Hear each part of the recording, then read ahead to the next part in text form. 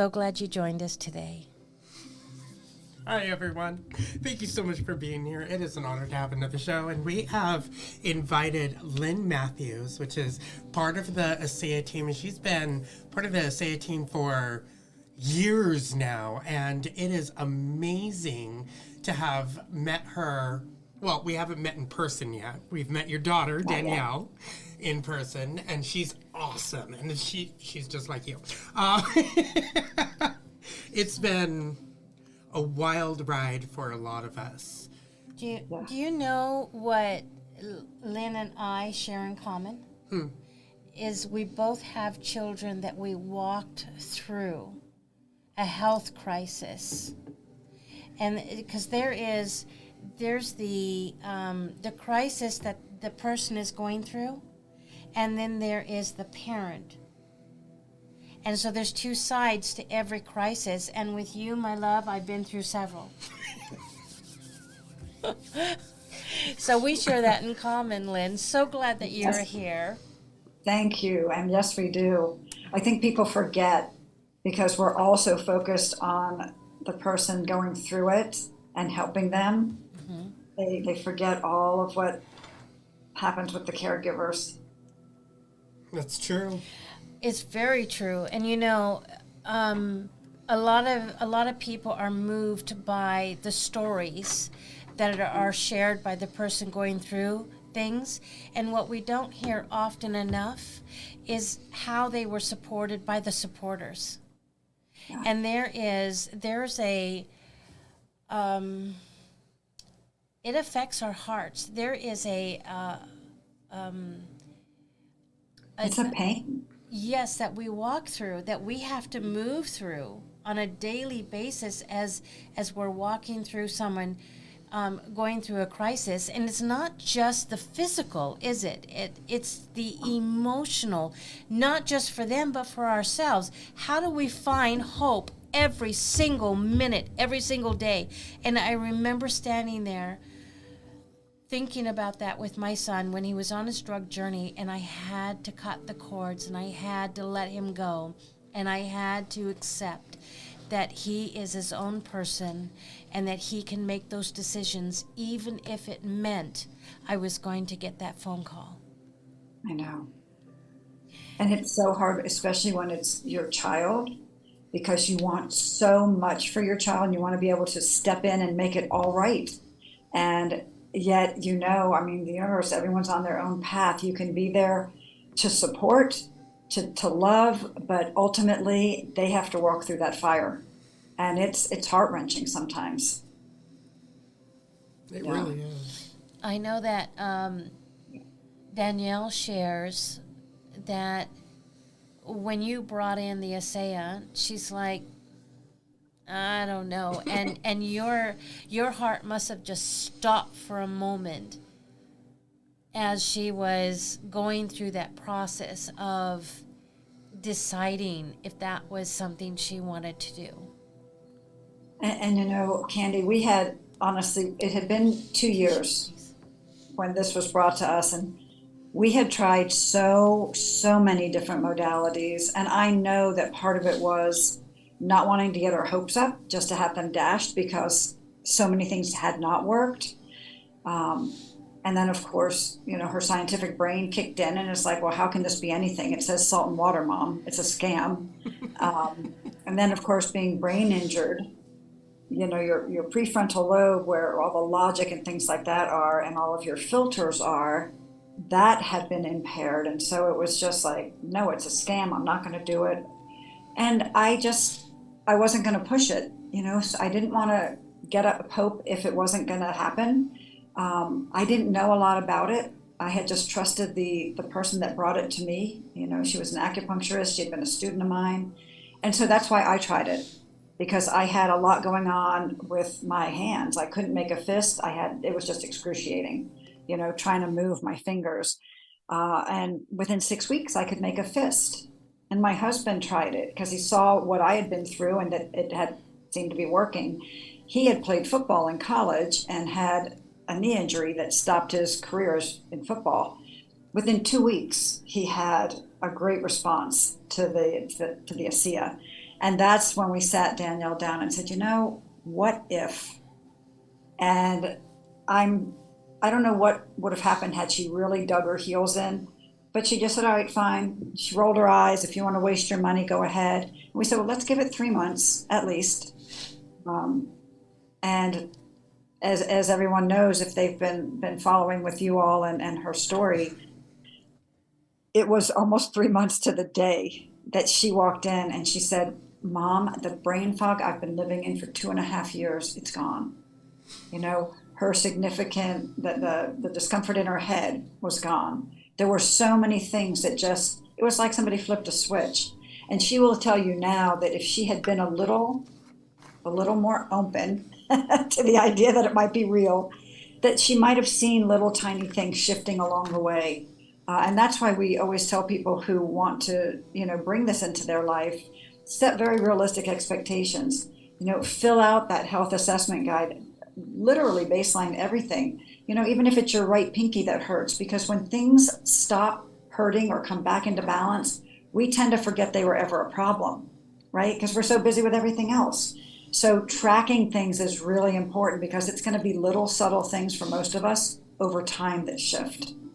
That's very true. But yeah, it was quite a journey. Through this process of going through the pneumonia and the HIV coming back and going to the hospital and all that, I've been taking supplements every day. And ever since we moved from Stockton to here, I started lacking in that area. So it's bringing back that responsibility within my life. And it's changing. It's changing me because, it takes 30 days, technically, to break a habit, but it takes 1 day to create a new one, as long as you have the right mindset. Yes. Hence why the live is called Live, Love, and Laugh Beyond the Pain. Yes. Because this is pain.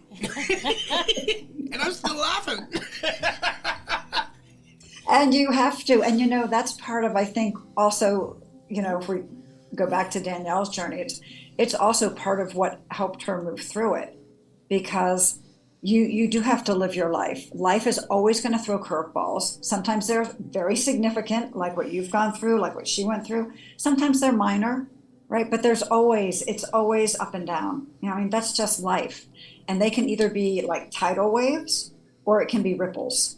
And I think that when we learn to come from a place, and part of it's mindset, part of it is, like you were saying, starting to take responsibility for even just your thoughts and stop believing all of them, right? But you can start to make it more like ripples so that you're like, I've got this, because it's always going to be a challenge. We would never grow if it wasn't. I would submit to everyone that if there were no challenges in your life, life would be very, very boring, right? And because otherwise you don't grow, you don't learn, you don't live. So I think the live part of that live, love, laugh, we all want to live. We want to live fully. We want to live with joy, not so much fear. We live in a society that is very fear-based. Turn on any news channel and they're always going after that fear emotion. Mm-hmm. Mm-hmm. Life is amazing. If you just take the time, and this is what we did. We created a little gratitude journal when Danielle was recovering because she was in a very dark place. We didn't know if she would recover. You don't know that as you're going through the darkness. And it was just little tiny things that you can find one little thing to be grateful for in a day. And the more you exercise that gratitude muscle, the more you're going to find things. Just looking outside, maybe in the sun in the morning, the dew shining on the grass, looking like little jewels, can be something so tiny, looking into your dog's eyes. I don't know. It's anything that just brings a little smile to your heart, and just start to jot those down. And that's part of the love. You've got to start to love yourself first, because I think so many of us don't. And when you're going through something that's challenging, or if you're going through something that is a health challenge where you've got a lot of pain and discomfort, it's very easy to get frustrated with yourself or not even like yourself or like that part of yourself. And yet it's only when you start to embrace that opportunity to find out, why am I going through this, right? Embrace the pain, breathe with it. Only then can you start to move beyond it and get out of that space where that pain is the enemy. Does that make sense? It does. And it's very hard sometimes to get to that place because we're really not taught how to deal with adversity, even from as a young child. And yet, if we can find constructive ways to do it, life can be filled with joy, breathing through things, they always say, what is it, the silver lining, right, of any situation, or asking yourself, okay, this is happening to me. I can't change it, right? Especially if it's an external thing. How can I learn to be with it? Or what can I do to change my relationship to it? Right? What's the lesson I'm supposed to learn from this? And I know, going back to Danielle, we've had long discussions about this, because some people can take a situation, and I'm sure you're the same way. Look at what the amazing things you're doing now. Some people can take your situation, or like Danielle's, and constantly be the victim and take that throughout their life. And then it becomes like a lock, and you have locked yourself into this tiny world, right? Other people see it as a key.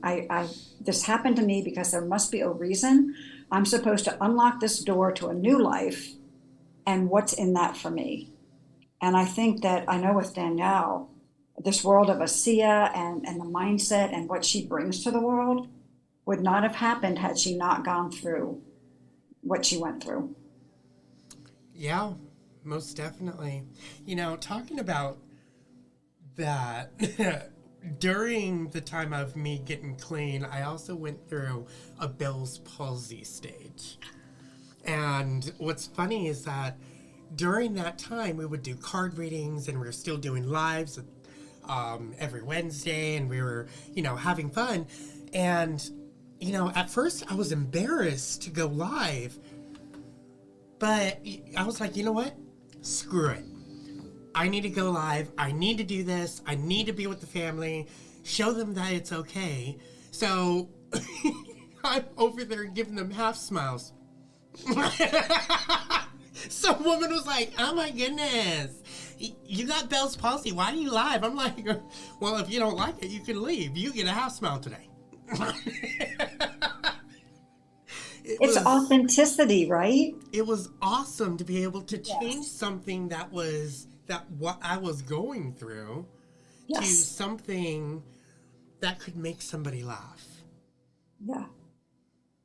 And help you on your healing journey, because you put yourself out of your comfort zone to go and say, this is what's happening, this is who I am. If any part of my journey can help somebody else, that's why we're here, right?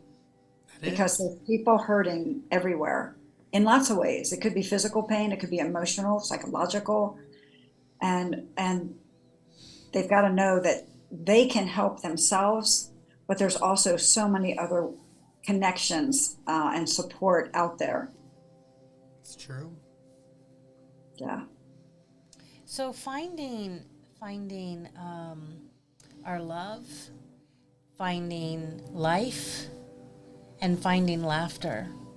Oh, laughter is really important. They always say laughter is the best medicine, right? If you can find a comedian when you're down, find a comedian on YouTube, find something that makes you smile. Maybe it's just going out and watching your puppy be silly. Whatever it is that brings a smile to your face. There's something about the different endorphins that are released that help mentally, emotionally, but also this idea of you just can't take life too seriously, right? Because that in itself creates a lot of stress, and stress is the number one cause of all kinds of dis-ease, be it physical, mental, or emotional. You've got to be able to laugh at your mistakes. It might not be immediate, right? Because when things are happening to you, but you've got to, I teach a lot in my yoga business with Yoga Nidra, where we're teaching people to step back from your immediate reaction to things, because most of that is just programming and like autopilot ways of responding. And when you can start to recognize those patterns and you have a chance to pause first and then respond rather than react, it can shift your world, because we have complete control over our attitudes, etc. We just have to recognize that. And it can change everything. It can change everything. How you look at the world, the lens that you're using to look at it. Even when things seem to be on the outside negative, or you've got a lot of hardship, whether it's physical, financial, whatever it is, there's always hope. And there's always something that you can focus on. And I'm telling you that the gratitude journal and just finding those little things before you go to bed, review your day. What one little thing can you be grateful for? I remember when a kid first told me the perspective of when we feel like life is happening to us, or those things to us, it's actually happening for us. And then the perspective of mistakes is really just feedback. And so, are you going to share that? Man, if you think about life as it's on-the-job training, right? You have to make mistakes. You've got to learn from those mistakes. But yes, we talk a lot about that mindset of life happening to me. And that's that victim mentality that you have no control, but you have complete control. And it is happening for you. It's happening for you to become the best version of yourself, to step into your light and your power and to help others then. But you've got to shift that to figure out, why is this happening and what can I do? What can I learn from it? Can everyone see that? Oh, there it is. Can you see it on your cell phone? Yes. Today you get a half smile. Now with this beautiful smile. That was me doing an actual big smile, and it just didn't. Yes. Yeah. And what a journey. Look at you now, honestly. Right? Talk about live, love, and laughing your way through the pain and to where you are now. Mm-hmm. Yeah. I've been And laughing that's since not I to was say, and I don't 2 want years to old. let people think that, especially the name of this, is making light of anything, because there's lots of tears along the way too. And that's all right. We're human. You have to give yourself permission to experience the grief, the sadness, the whatever. Let that emotion go through and then follow it with, okay, what can I shift? What can I bring into my mind that makes me happy, or that brings joy to my heart, or that I am grateful for? And then those vibrations of those emotions, once those others move through, will really allow you to move forward. Mm-hmm, mm-hmm. But you have to be human. We are human. And we've got those human emotions. Denying them just buries them, and they will always come back, if you don't allow yourself to process them completely. Right, right. Sometimes we have to dig deep, go deep into the depths of who we are to find out what it is that's causing us to frown on a particular day. Why do we want to go back to bed? Why are we having such a challenging day?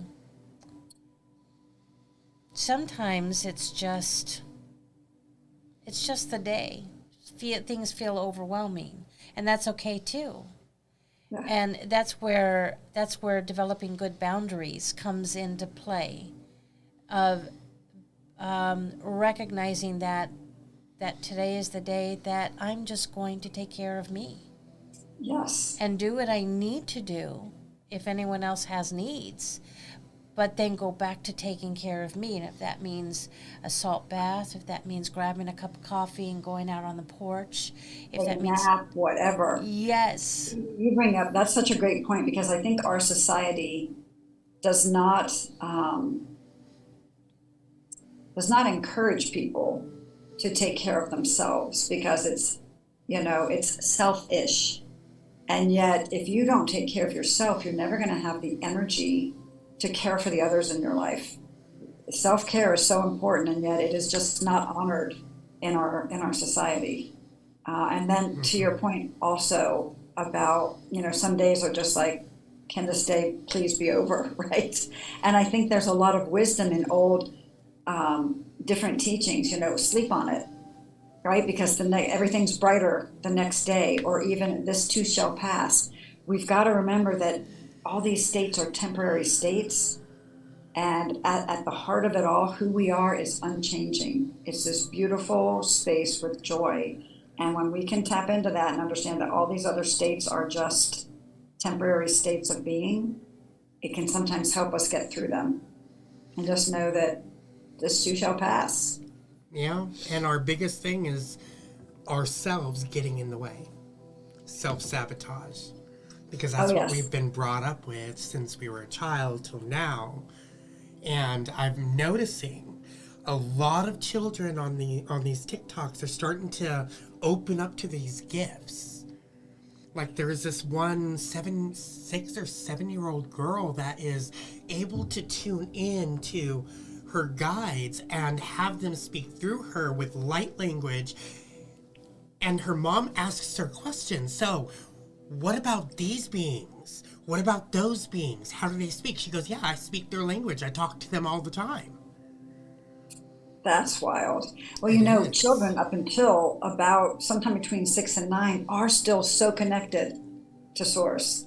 But if that's not fostered in them, right? Because most parents are like, they don't know. But that's the time to really help them build that intuitive connection. That's very cool. Yeah, and cool. She allows people to ask questions. So this person has a question for you about these beings. What do you think of these? And she just explains everything. And it's just awesome to see how we're all waking up to the live, love, and laugh in many different ways through our new generation. Yes.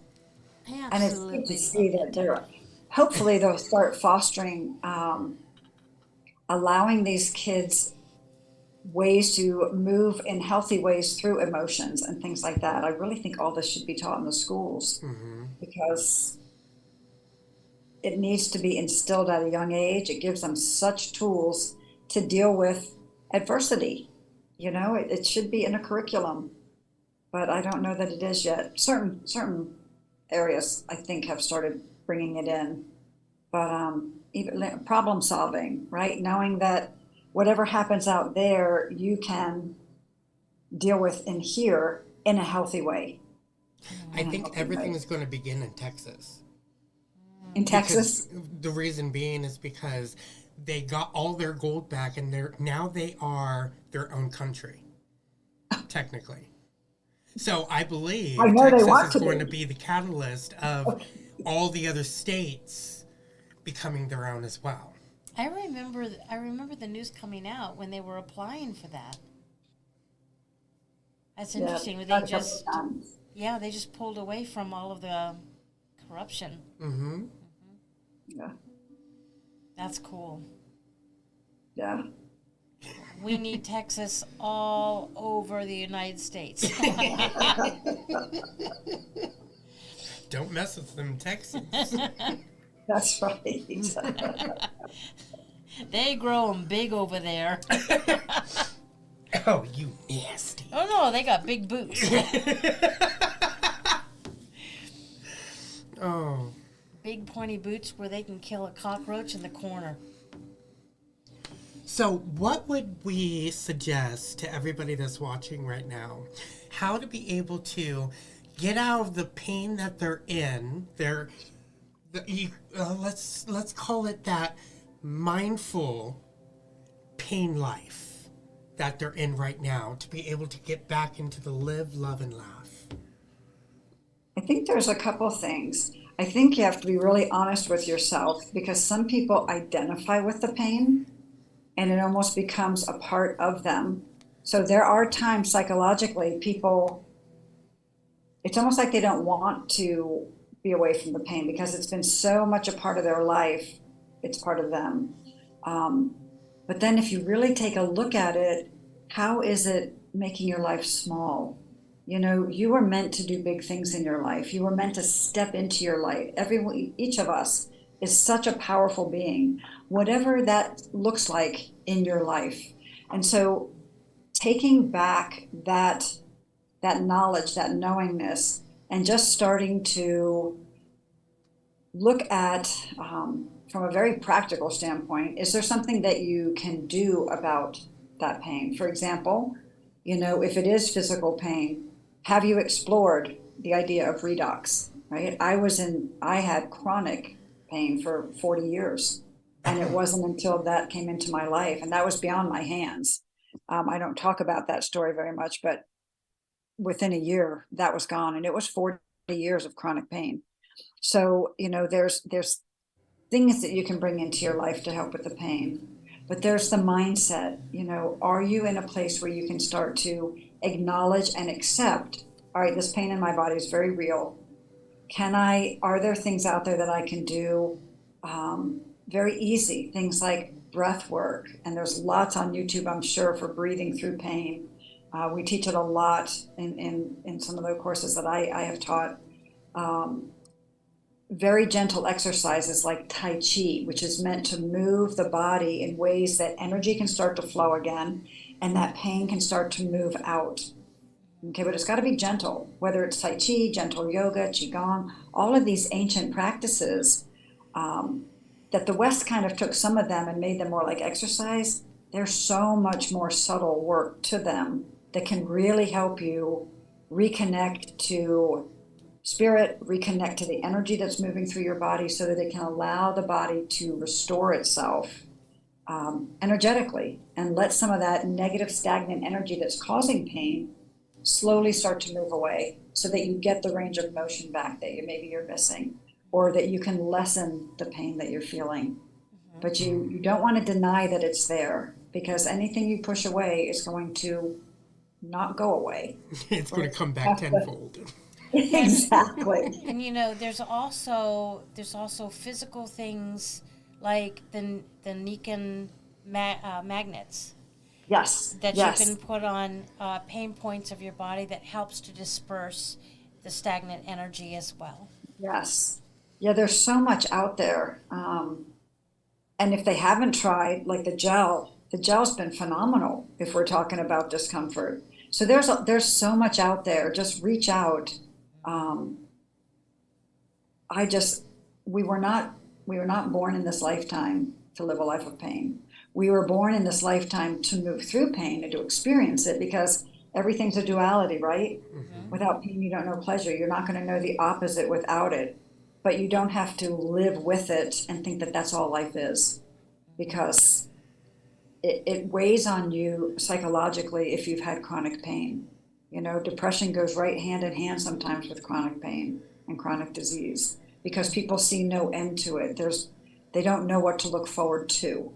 And that's why even these very simple exercises, like finding something to be grateful for, even though it seems cliche, it seems like it's not going to make a difference, it makes a huge, huge difference. Huge difference. The vibration of gratitude is so much higher than the vibration of pain or sadness or guilt or whatever those other emotions are. And it takes time, but just find one thing every day. If that's your first step to live, love, and laughing your way beyond the pain, one thing that you're grateful for each day will be a great first step. And a lot of us tend to ask questions. And what helped me to be able to do what I do, go into use the pain as a live, love, and laugh, is I always ask the why question absolutely last.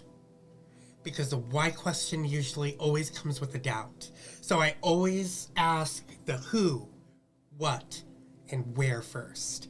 If I don't get any answers from those three, then I go into the why. Why is this happening? What do I need to see? Who it has come into my experience, or what do I need to do? What is meant to show me? Yeah. What am I meant to learn? Mm-hmm. Do you since here's another aspect to healing, to finding your laughter and your love in life. More and more people are coming up to us and sharing privately, I have HIV also, and they haven't shared it with anyone, and they're carrying that burden by themselves, and they're encouraged, and they find hope in the fact that kid is so brave and courageous to step forward and share what's going on in his life. And the reason why we don't share it is fear of criticism, fear of rejection, fear that people are going to think that we got leprosy and they don't want to be anywhere near us. Stereotyping. Yes. And that's a heavy, heavy burden. And so it's so wonderful that people are taking that first step and saying, hey, I just wanted to share, I'm struggling with that too. Yeah. And now we've got this train of family members that are coming behind us, and will be able to reap all the things that we're learning about this and sharing, like this Saya, how much it has helped him not to die. You know, I mean, we all want to avoid, you know, the big buildings where you go and get medical help from doctors, right? Because they're called KILL centers. And so with all the knowledge that we have, that's the last place I wanted to take him. And I found myself walking in circles in this fear. And I called April and I said, April, I'm so frightened. And she says, why? And I said, because kid looks like he's dying right before my eyes. And I couldn't even move myself out of that to take him in. And she goes, you get off this phone right now and you take him in. And I did. And I needed that sister. I needed that encouragement. I needed her to tell me that. We need each other.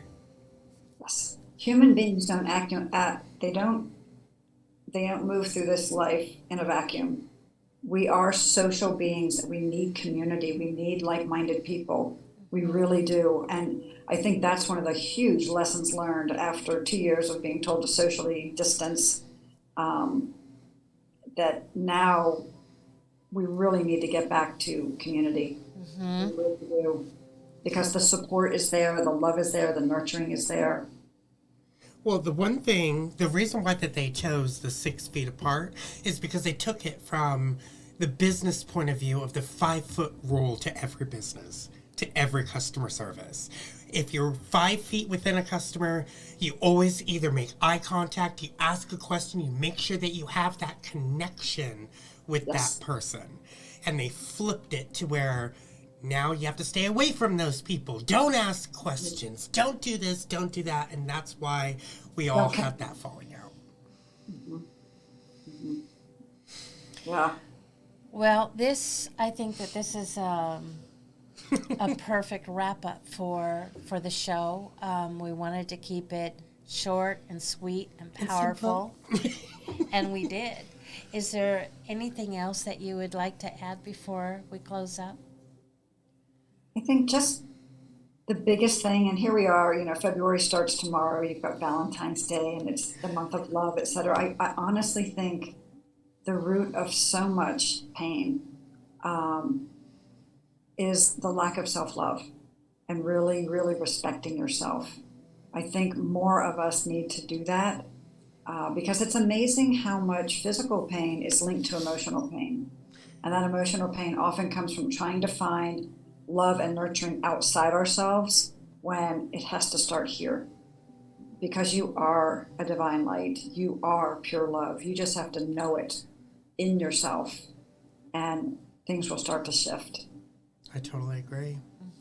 Also, if anyone's interested in learning a little bit more about the Saya, we have it's in the description, the contact me. You can either press the contact me or you can call Jay or Hillis and they'll be able to walk you through the process or answer any questions that you may have with the Saya. And I also just pinned it. Oh, thank you. I also want to say thank you so much for being here, family. It is amazing to have been through this journey of life to live with you guys, to love with you guys, and to laugh with you guys, and grow through this process of just being there. It's been an honor. And I'm not saying that because we're, stopping. I'm saying that because it is an honor. It is.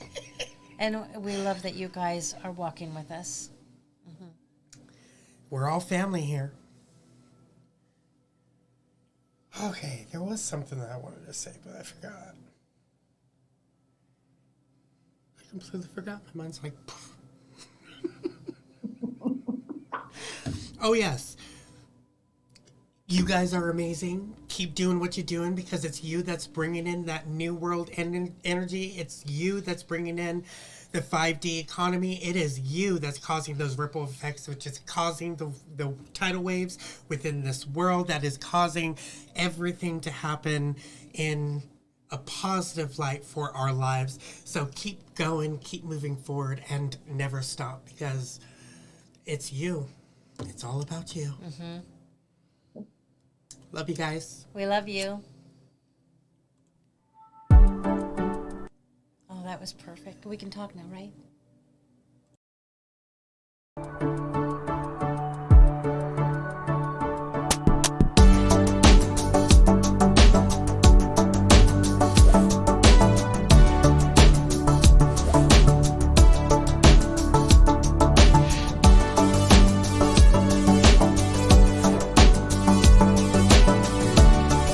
Probably not going to want to hear this, but I'm going to say it anyway. Always go with the choice that scares you the most, because it's the choice that's going to help you grow. Wow.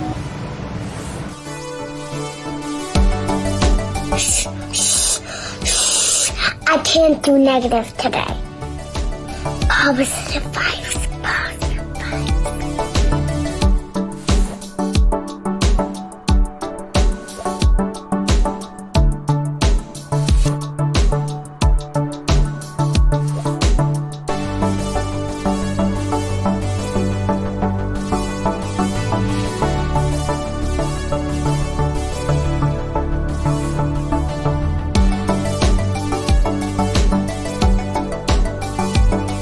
Hey, best friend. Wait. To the person seeing this, I know you're tired. I know you're fed up and so close to breaking. But remember, you have strength within you even when you feel weak. Keep fighting, best friend.